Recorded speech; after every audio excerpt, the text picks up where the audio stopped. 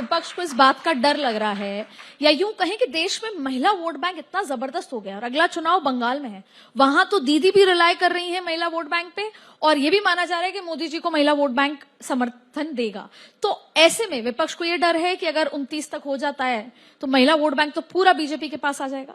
और बंगाल का हालात क्या लगते हैं आपको? ऐसा विषय नहीं है जी। देखिए, आप कब गीता मुखर्जी ने इस विषय को उठाया, कब सुषमा स्वराज ने इस विषय को उठाया, कब वृंदा कारत ने इस विषय को उठाया?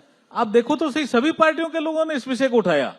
96 में देवगौड़ा जी इसको लेके आए, हो नहीं पाया। नरेंद्र मोदी जी ने सभी दलों से सहमति बना करके इसको 2023 में पास करवा दिया संसद से। बिल्कुल सर। तो अब जब एक्ट बन गया तो उसको लागू तो होना चाहिए ना, हमारी जिम्मेदारी नहीं है क्या? बिल्कुल। संसद से जो एक्ट बना वो लागू होना चाहिए, यही हम कह रहे हैं। वो उनके समझ में नहीं आ रहा, वो उसमें राजनीति कर रहे हैं। तो आपको बंगाल में क्या लगता है सर, दीदी के पास जाएगा महिला वोट या मोदी जी के पास आएगा? देखिए, बंगाल में जो इस समय परिस्थितियां हैं, जिस वादे के साथ ममता जी बंगाल में शासन में आई थी, इस समय उनके खिलाफ बहुत एंटी इनकम्बेंसी है जी।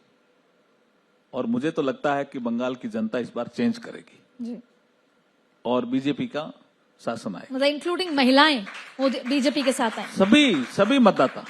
सर, एक आंकड़ा मेरे पास है, मैं समझना चाहती हूँ, बात महिलाओं की हो रही है तो, कि न्यायपालिका में लगातार कम हो रही भागीदारी महिलाओं की, जिसको लेकर पहले भी कई बार चर्चा हुई। अगर देखा जाए हाईकोर्ट में तो केवल 14% महिला जजेस हैं, 813 कार्यरत जजों में से 116 महिलाएं हैं, और सुप्रीम कोर्ट में तो केवल एक ही महिला जज है। तो इसके लिए सरकार कोई बढ़ावा देने के लिए या कोई बिल्कुल सरकार का मत भी है। देखिए, अभी थोड़े समय पहले ही सुप्रीम कोर्ट में 3 जज जो है महिला जज थी जी, वर्तमान में 1 है जी। हम लगातार कह भी रहे हैं कि महिला जजों की संख्या बढ़नी चाहिए, हम भी कह रहे हैं, कंसल्टेशन प्रोसेस में ये विषय हम भी कह रहे हैं।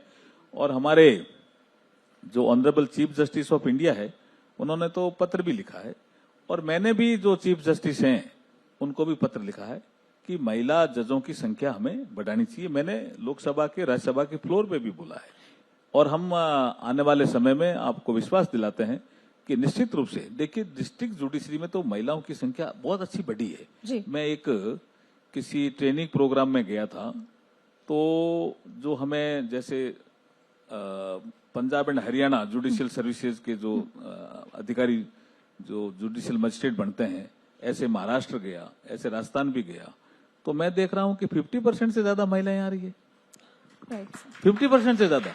तो जो डिस्ट्रिक्ट जुडिशरी में महिलाएं आ रही है तो धीरे धीरे प्रमोट होगी, डीजे बनेगी, उनका नंबर भी आएगा इधर। और इधर जो एडवोकेट हैं उनको भी हम कह रहे हैं भी अच्छे एडवोकेट जो महिलाएं हैं उनके नाम आप भेजो, नाम उनको भेजना ही है कॉलेजियम के माध्यम से।